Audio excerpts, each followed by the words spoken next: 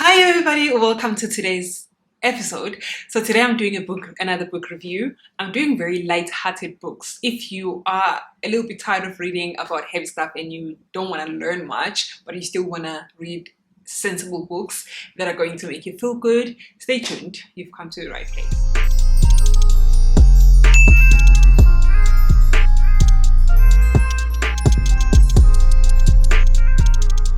So I'm reviewing That Tether, and then I am also reviewing This Time Always. Reviewing both the books because they're kind of similar to me, so I felt like one video is going to be enough for both of them. That Tether follows a young lady named Azere, who is Nigerian, and then her family migrated to Canada, and then she's raised Nigerian, like with the traditions and the culture, but also she's in a Western environment. So it was confusing for her as a child how to migrate the two when she was not allowed to, in a sense, that you are Nigerian, you're going to live like a Nigerian person, you're going to speak like a Nigerian person, like your language, but you're not allowed, you're forbidden to be Western, but you're in a Western environment.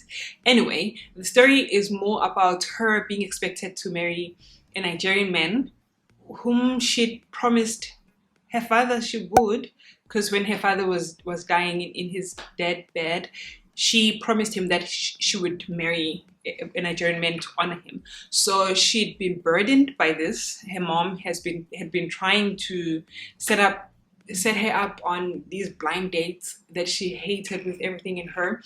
And then one time she falls in love with a white man. Of course, it's trouble for her because she is expected to marry a Nigerian man.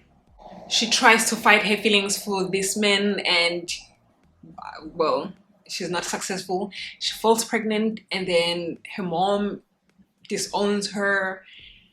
It's just a mess, but then in the end, they end up together. It's a very beautiful, fuzzy book, and there's some sexual scenes, which is not my favorite thing in books. I would rather watch sexual scenes than read. I don't know, it's just awkward and off for me to read a sexual scene. And then the writing is good and easy to follow. I didn't like some parts of the book. At some point it was just bland and meh. But it's a really, really good book. You're going to enjoy it. Contemporary, lovely novel book. I'm not even a fan of romantic novels, but this one was, I enjoyed it. It was great. It took my mind off heavy stuff. And then the other one, This Time Always, it is by Suzette D. Harrison, and it follows an older woman who's widowed. Her name is Niana, and she falls in love with Raphael, so it's also a romantic novel. She's widowed. She is a career woman, very established. She's got 2 daughters. She's got alopecia. I did learn a lot about alopecia. And what else? She is 53, so she's an older woman who really was not looking for love. And then she meets this, at her daughter's graduation, she meets this lovely younger man who is 46, I think. And then they hit it off just as friends though. So the guy is her daughter's professor. Anyway, so they end up being together, but they face challenges. The guy, Raphael, has an ex-wife who is cuckoo, and she threatens their relationship because she comes back in the picture and she's mean about things and she changes him a little bit.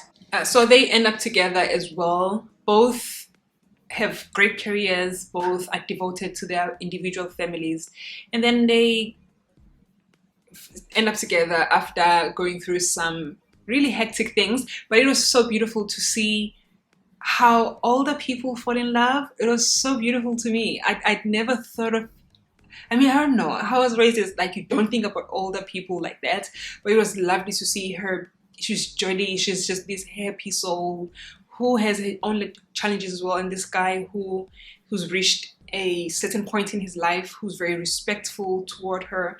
It was so lovely. I fell in love with this one. Also sexual scenes, beautiful writing. It didn't bore me not once. Really loved this one. Yeah, so if you're looking for something light-hearted, fast to read, these 2 books are going to be the ones for you. I hope you guys enjoyed. Thank you so much for watching. I love you. Bye.